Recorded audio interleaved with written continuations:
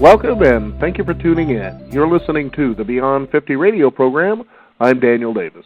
As many of you have followed our program over the years, you realize that we really enjoy sharing with you really solid information about how we can approach healing the body naturally. For instance, did you know that approximately 50% of all women are affected by what is known as pelvic floor dysfunction? This would cure urinary or fecal incontinence, bladder urgency, persistent pelvic pain, and bladder or uterine prolapse. Or how about 78% of mature women, we're talking probably over the age of 65, they can correct this problem in the comfort and privacy of their own homes without using medications or resorting to surgery. On the program today, we'll be joined with Dr. Sandra Bavakwa, who holds a Ph.D. in molecular and cellular biology. She's also worked as a research scientist at both the university and government levels. Today we'll be learning about what is known as the pelvic bowl of steel. And I'd like to welcome to the Beyond 50 radio program today our guest, Dr. Sandra Bavakwa. Dr. Bavakwa, thank you for joining us back here on the program today. Thank you for having me, Daniel. It's a pleasure to be here.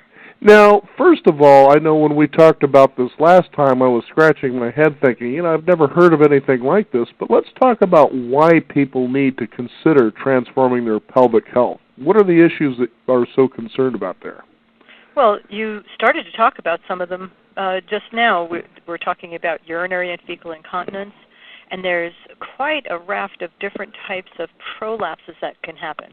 And prolapsing is when an organ kind of falls down. It doesn't stay where it's supposed to be. And in a woman especially, she has that the space of the vagina, and the vaginal space is a place where organs can fall, and sometimes they can actually fall out of her body, and so this is where they're dipping outside, and this is amazingly uncomfortable and not very good for the function of those organs. So there's an issue, and we have quite a few people, both men and women, that are dealing with not only the incontinence but pain issues in their pelvis. And so those pain issues, there's a lot of different causes of those.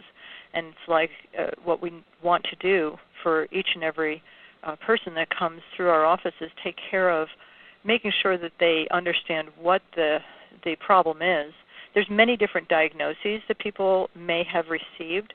Sometimes we're finding that a lot of people have misdiagnosed. They've been misdiagnosed and they have a situation that might be a little bit different than the first practitioner they saw believed. So we're seeing a lot of that, and we try to get people directed in the right direction as to how to take care of the program or the problem that they have. So I hope that gives you some idea. There's also, you can imagine that since it's pelvic floor, it can affect the sexual function of a person. Mm-hmm. And again, both men and women, but we see a lot of sexual function coming back when we address the actual problem that they have. Mm-hmm. Now, I know that one of the reasons that you became very inspired to talk about what could be a taboo topic, if you will, or at least something, in dark corners with the door shut, perhaps, who knows, is your frustration at the lack of options that were available to women who are faced with these kind of pelvic health issues. It's quite startling, actually. I had my own issues when I was younger, and I had many suggestions given to me that were unacceptable, like, this is the way it is. You had a big baby, everything blew out, and this is the way you are. Or you can take this medication for the rest of your life. Or you can have this surgery, and by the way, here's all of the side effects from this surgery. It's like, wow, that doesn't sound very good.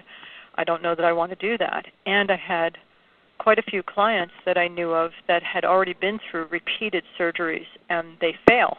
In fact, we had one lady who I know that had 6 surgeries in 3 years, and she just got weaker and weaker with each and every surgery. And she started off with just a little bit of a cystocele, a second-grade cystocele, which meant her bladder was falling. And she ended up, after 3 years and 6 surgeries, with a completely falling out of the body, grade 4 cystocele, a rectocele, and both urinary and fecal incontinence. And she's better now. She's completely healed and resolved all of these issues. and she did so without using medication and surgery. And that is what I want to let people know about, that there are other options. Now, it sounds to me like she used what could be considered a traditional approach to resolving her pelvic problem, which was through surgery. And after 6 surgeries, they didn't seem to be very successful at least reversing or changing or making better the problem that she was having. Well, she had very short periods of time where she felt better. But no. Basically, it really didn't help in the long term, is what I'm hearing here. And the reason I wanted to state this is that now you applied this health transformation program that you have, and it actually improved things in an area where the physicians were unable to. It sounds like. Yes, and know that in our program we have now there's over 20 practitioners.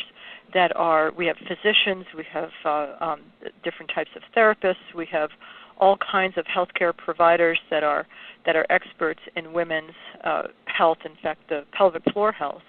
And so we, in the program, we take it one step at a time for women that do come into our program.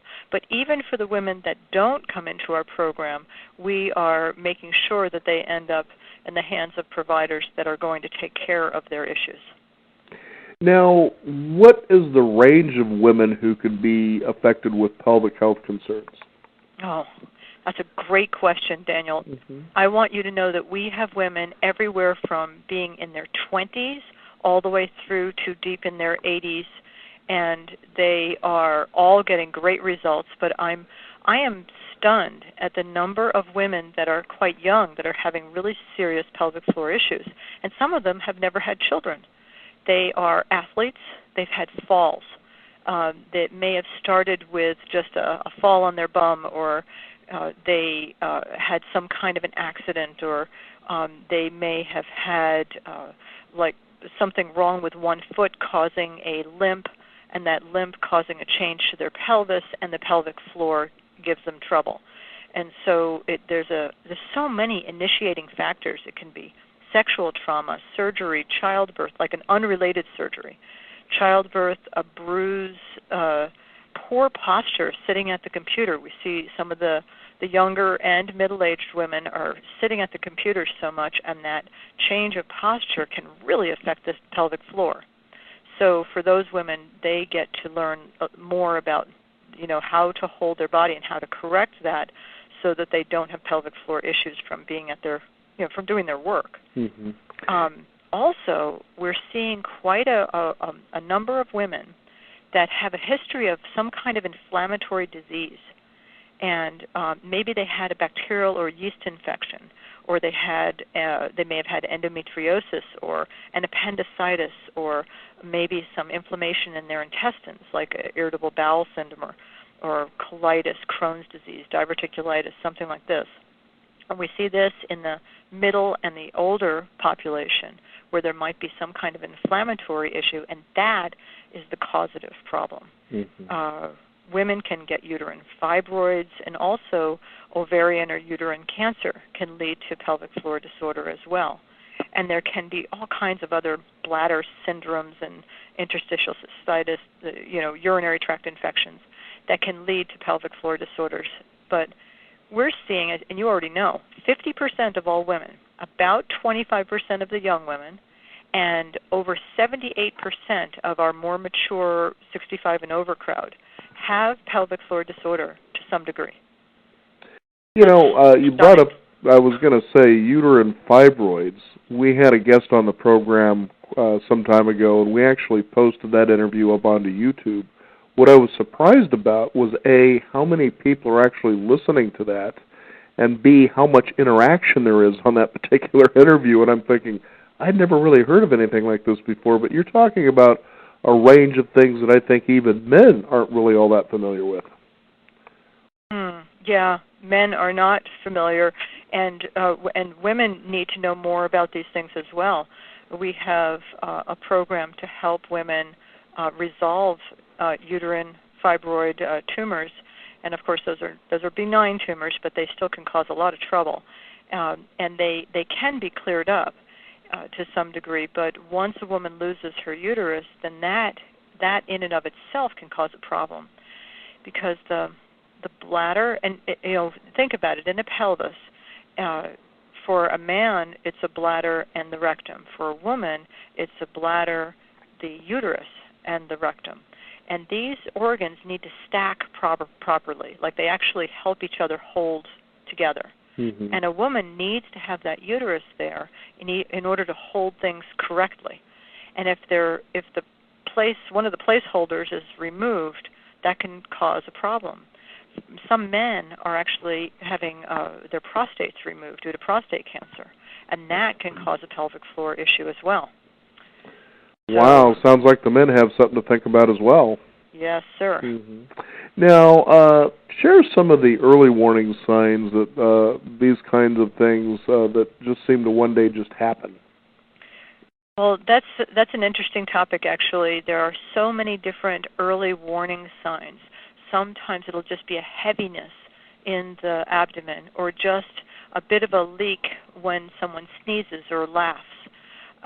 There could be, these issues that we're talking about tend to come and go, and so the loss is gradual and it's cyclical. Someone gains some weight, they notice a little sort of a heaviness in the lower abdomen, or something feels like it's in the vaginal space, and a woman says, "Gee, what is that?" And then it goes away. All these are early warning signs, but there's actually 20 different early warning signs, and I have them freely available for everyone, and it's on the Pelvic Bowl of Steel website. So if people were to go onto Pelvic Bowl of Steel, STEEL.com, and the first place where you come in, it'll give you an option to put in, sign in, and you'll get that as a free gift. Okay. And I want that information out because I want to have less people coming into our program, not more. I want to be able to get the right information to people quickly, mm-hmm. and to have them resolve the problems before they actually need to recover their pelvic floor. So that would be very helpful. Now, one area you were talking about was sexual dysfunction, and it's kind of interesting because as you were briefly talking about that, you think of a lot of the messages that people tend to get out there from television, radio, perhaps even magazines, depending on the magazine, but mainly staying, with electronic media, that it seems men are the only one who have sexual dysfunction, and of course it's addressed with medication, drugs. But you don't hear a lot about women. It's as though they're sitting back there and they just can't wait to be sexually active for some reason. But it sounds to me like there's even more of an issue that really seems to not really be heard very much. Yes, that's interesting, isn't it? The men are having sexual... Yeah, women are just sitting there, oh, hey, he's back, let's go, honey. And I'm thinking, well, wait a minute. From what you're describing, women seem to really deal with a heck of a lot of issues. Yes. A lot of women are dealing with sexual dysfunction, and a lot of women don't know that there is an option, that there are answers for them. And actually, this is for the young women as well as the mature women. And the thing is that once a woman becomes postmenopausal, she's peri and then postmenopausal, she is actually capable of greater sexual function than when she was cycling, and more consistently. And very, very few women know anything about this. And believe me, when we get pelvic floor health coming, what I've noticed is that women, all of a sudden, they say, gee, I'm interested now. I have libido. I want to have sexual function. And sometimes I'm working with both the husband and wife in order to get them refamiliarized with each other. And he's only more than happy. In fact, I had one couple, they were in their late 70s, and they hadn't had any relations for 22 years because of her issues. Wow. She had some pretty significant pelvic floor disorder. And she got better in our program, and then they were back together again. And at the end of our program, we have an optional class. It's called The Mystery is Over, Understanding Female Sexuality. And if women have interest, they can do that extra class, and they'll learn a lot about feminine sexuality and their where their parts are and how they work. And we've done a talk on that in the past. Mm-hmm. And it is amazing what happens. And this couple called me up, and they were in tears, literally, because they're having ecstatic times with each other, having relations, and they're having a blast. And that just is very gratifying for me because I know that that's possible. It's not only possible, but it's more possible in the more mature people than it is in the younger people. Mm-hmm. When she's younger, she's dealing with her cyclical hormones, and the postmenopausal woman is going to be more consistent, which is what he was hoping for anyway. Well, there's that. Do I have to keep asking? Yeah, right. When are you going to be in the mood, But certainly, and in fact, there's another thing that we could address there, too, is that, again, back to those messages that we commonly hear about sexual dysfunction, one of the areas that you hear talked about also are diminishing hormones as people age, and that could be the creation of low libido. What do you have to say about something like that? Yes, and yes. And it's not just one hormone. Many people will tell you, especially women, will say, well, I was treated with estrogen, and, gee, it didn't make a difference. Well, it turns out that we're a little bit more complicated than that. There's a lot of different hormones involved, and sometimes there's imbalance in what we call the HPAT axis. That's the hypothalamus, pituitary, adrenals, and thyroid. And so in our program, we actually get very deep into this, and everyone has the opportunity to take a look and see where they are on that spectrum, where their reproductive hormones are, and there are many different choices to make as to where you would like to land.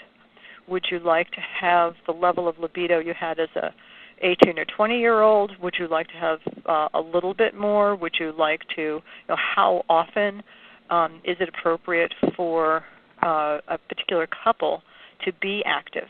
And then their hormones can be adjusted to their desire, their level of desire, and what they would like for their love life to be like.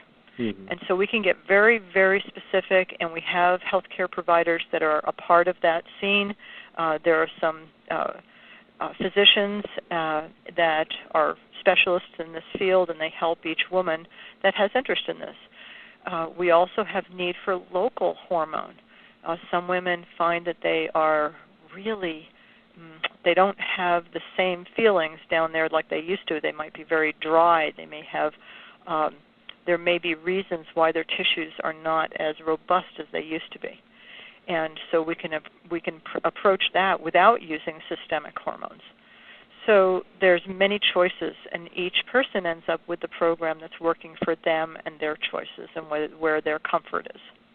So let me see if I can understand something here. When you increase pelvic health, when you really strengthen it, can that naturally begin to boost hormone levels in a natural way? Yes, absolutely. Well, that's very different than what we typically hear. Again, you get older, you're bleeding a lot of these things, or whatever the case is, they're just going away, and the only way to replenish them is from an outside source. But you're saying no, that's not the case. That you can actually approach this and make those adjustments internally and naturally. Mm-hmm.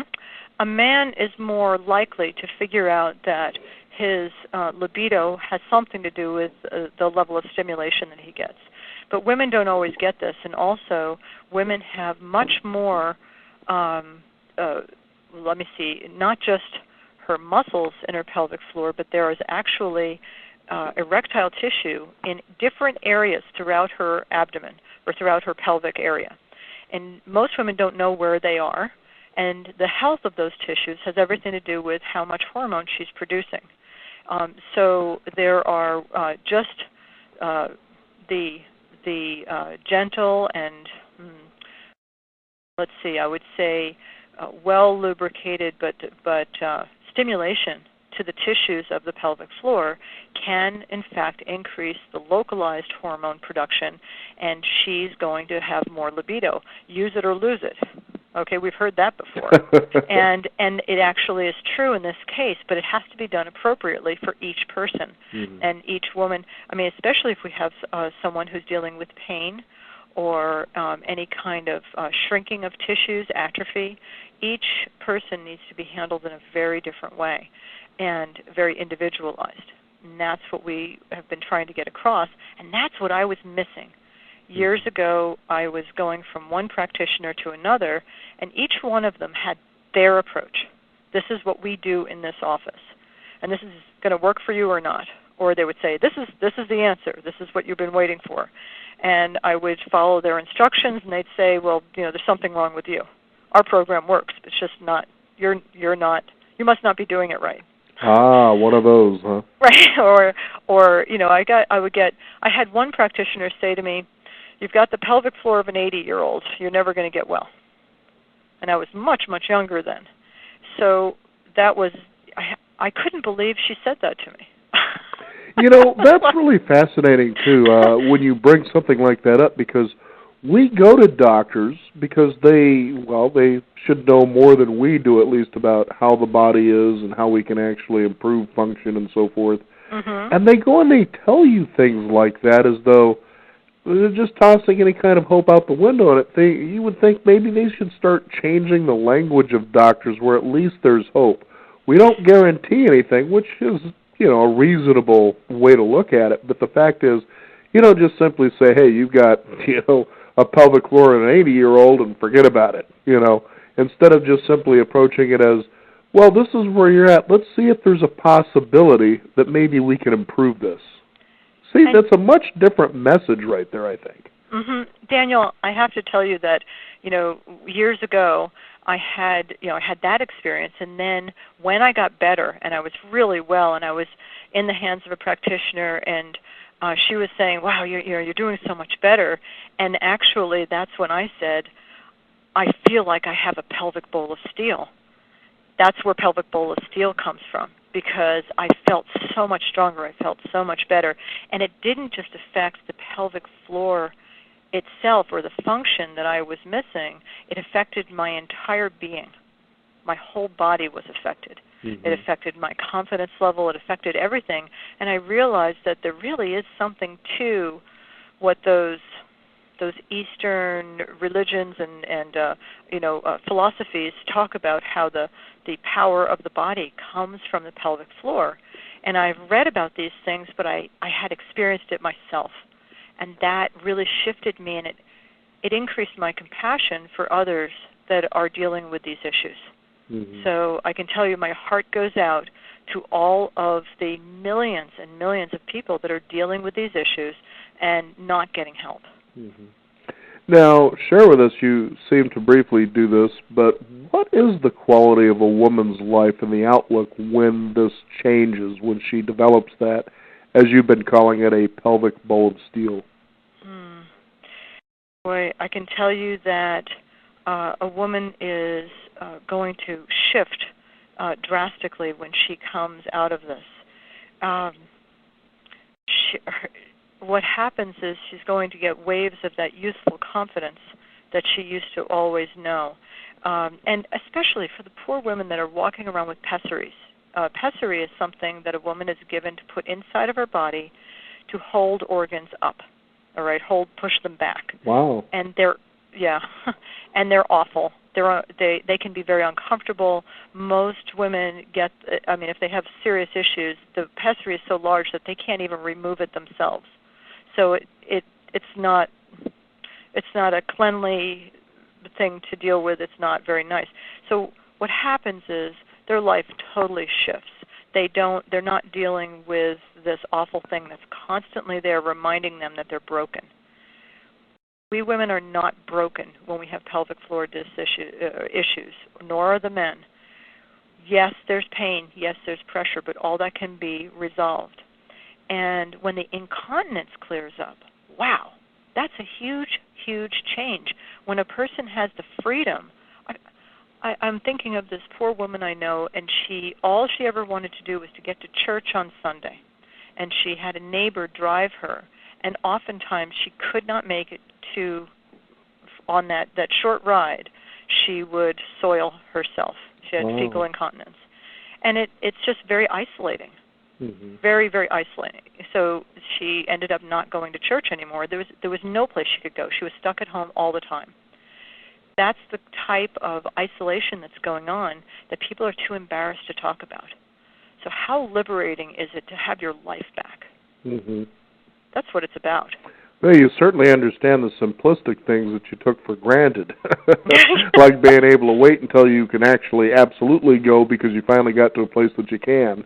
Right, and to be able to run and sneeze and laugh with confidence, to be able to hop into bed with your honey with confidence, right? Well, the other thing, too, is as you talk about developing stronger sexual function and libido is, I remembered of the classic by Napoleon Hill, Think and Grow Rich, and he spends a fair amount of time in the book talking about the sexual energy that we can harness toward achieving the goals and the kinds of things that we really want in our lives.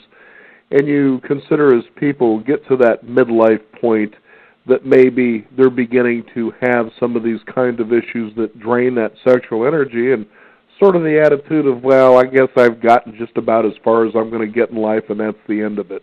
But yet you'll see some people in their 70s and 80s where it's just the reverse. They glow and they're active like teenagers, going after just about everything they can think of, and you consider what we know by the time we reach, past midlife and beyond. We have that wisdom we wished we had as teenagers, but we just don't have that energy.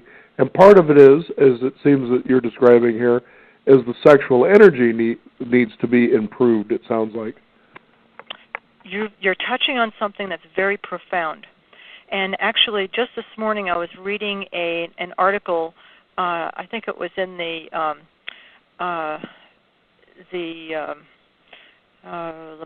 AARP magazine about Bob Dylan, where he was writing about the fact that he felt that as we get older, and he's 73 now, that we should be thinking more about wisdom, being wise, and not being passionate.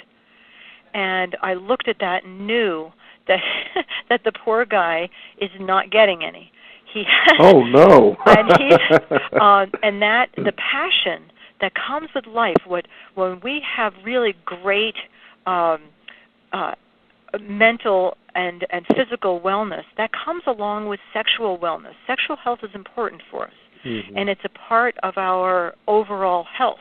And I didn't realize that until I was able to regain that for myself. And I see it over and over again in the clients that go through our program. As they regain their sexual health, their pizzazz, they wake up, they become creative, they're back to living life at a level that they weren't doing before. They were just waiting it out. And why would we possibly want to go there? I agree with that. Did you say that was Caesar that was saying that?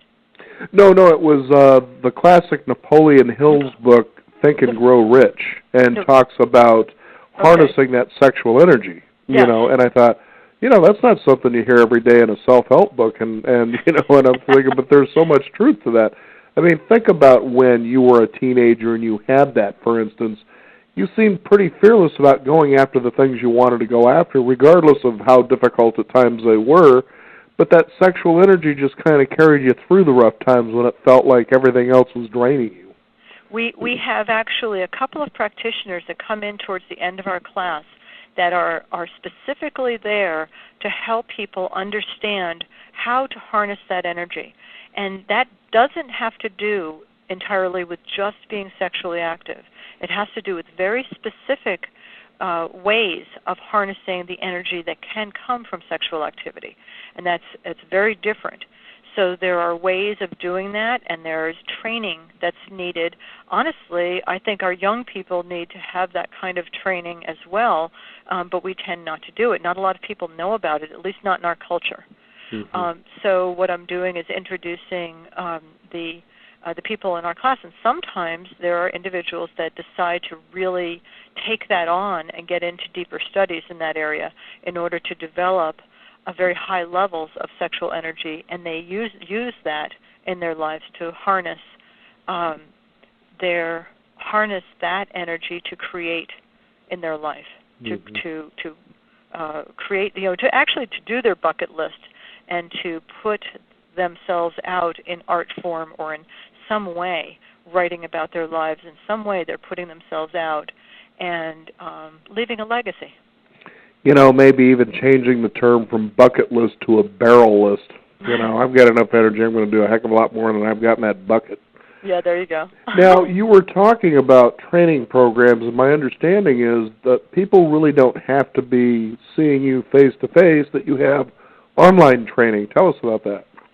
Well, we have a program called the Pelvic Health Transformation Program, and that's the one I mentioned the website before. It's pelvicbowlofsteel.com. And let me give you an idea of what that looks like. This is a program, right now the program is only for women, although I do work with men individually. A man's program is very different than a woman's, and so this is just for women. And the reason I did that is because women in particular are really, they can get very embarrassed about the issues that they have, and it's a very safe environment. So they're present only with other women with the same sorts of issues. And we meet twice a month online. So if you've got a computer and you know how to open an email, it's very easy to do. So it's a webcast-based. And we have practitioners that are available. We have from them videos. We have books. We have live interviews with those practitioners. And so all of the participants in the class get to meet with different practitioners, teaching them from different points of view. And everyone will have information and have exercises to do, or kind of homework. We'll call it home play. There you go. And we have a little bit of something to do. So we meet twice a week. There's plenty of time for questioning. We also have a very private place on Facebook that women can talk to each other, and I come on there and help with some questions or any concerns. And we work through developing individualized programs for each and every woman. Mm-hmm. And it's a 9-month period of time. We were trying to do it for 6 months, and we found that women needed a little bit more time, or sometimes life gets in the way and they couldn't get through their homework. So we're giving a little bit more time to get through all of the pieces of the program and basically teaching women how to recoup, rebuild their entire pelvic floor, reconnect those organs, get them back where they belong. And for those that are interested, getting into the sexual health piece as well. Now, do you have also a Twitter handle? You know what? That would be in the hands of my social media person, Robin Lacrosse, and anyone that is listening to this radio broadcast. If you mention Beyond 50 Radio, you can get. First of all, you have access to the office. You can always speak with Robin Lacrosse about social media, and I don't know if I have Twitter. I probably do, and I don't know what it is. Well, what I was going to suggest, and I have already done this as we've had you on the program before, is that I discovered on Thursdays the hashtag HerChat, and that generally is a chat thread that happens. I believe it's 5 o'clock Pacific Standard Time for about an hour, and I started throwing some of that, what we were talking about, out there, and so there's a lot of, wow, really, where did this come from? And all of a sudden, our program began to gain followers, so I just kind of wanted to point that out, that, that people who are listening to this can expect to find that in the hashtag HerChat as we talk about the things such as we've been sharing here today. Yeah, I know that there are people in social media, and I haven't gotten myself into it as much as I should. I've gotten as far as Facebook, but being older and not raised on computers, I haven't gotten as far as I could have. I'm the same way you are. I didn't even really start using mine until 4 months ago. I had been on it for about 5 years, so. But, it's really fascinating that, that you get these conversations out there, and people start realizing, I thought I was the only one that thought or felt this way, so I just kind of stayed quiet. But yet the more they realize that that's available, that other people are feeling the same way, it's sort of like the dance floor. Once a couple gets up and starts dancing, then everybody feels more comfortable about it. So it's keeping that conversation going. Yeah, that's a very good point, and that's partly why I'm out there and doing national calls. I have a free webcast that's going to be happening on Wednesday, and actually, if people contact through the website or call the office directly, they can get access to that free webcast, and I'll be giving a lot of information and images and such for people to get started on their good health right now. Very good. Well, Dr. Sandra, thank you so much for joining us here on the Beyond 50 radio program. And for our listeners, one more time, your website. The website is www.pelvicbowlofsteel.com. That's pelvic is P-E-L-V-I-C, bowl, B-O-W-L, steel, S-T-E-E-L.com. Or you're welcome to call the office at 520-743-0575. Thank you again for joining us here on the program today. Very enlightening as always. Thank you, Daniel, and I really appreciate your very educated questioning. Well, it's easy to be educated when you have somebody on the other end actually educating you as you go along. We want to thank the listeners out there for tuning in. You've been listening to the Beyond 50 radio program, and remember, live your day past halfway.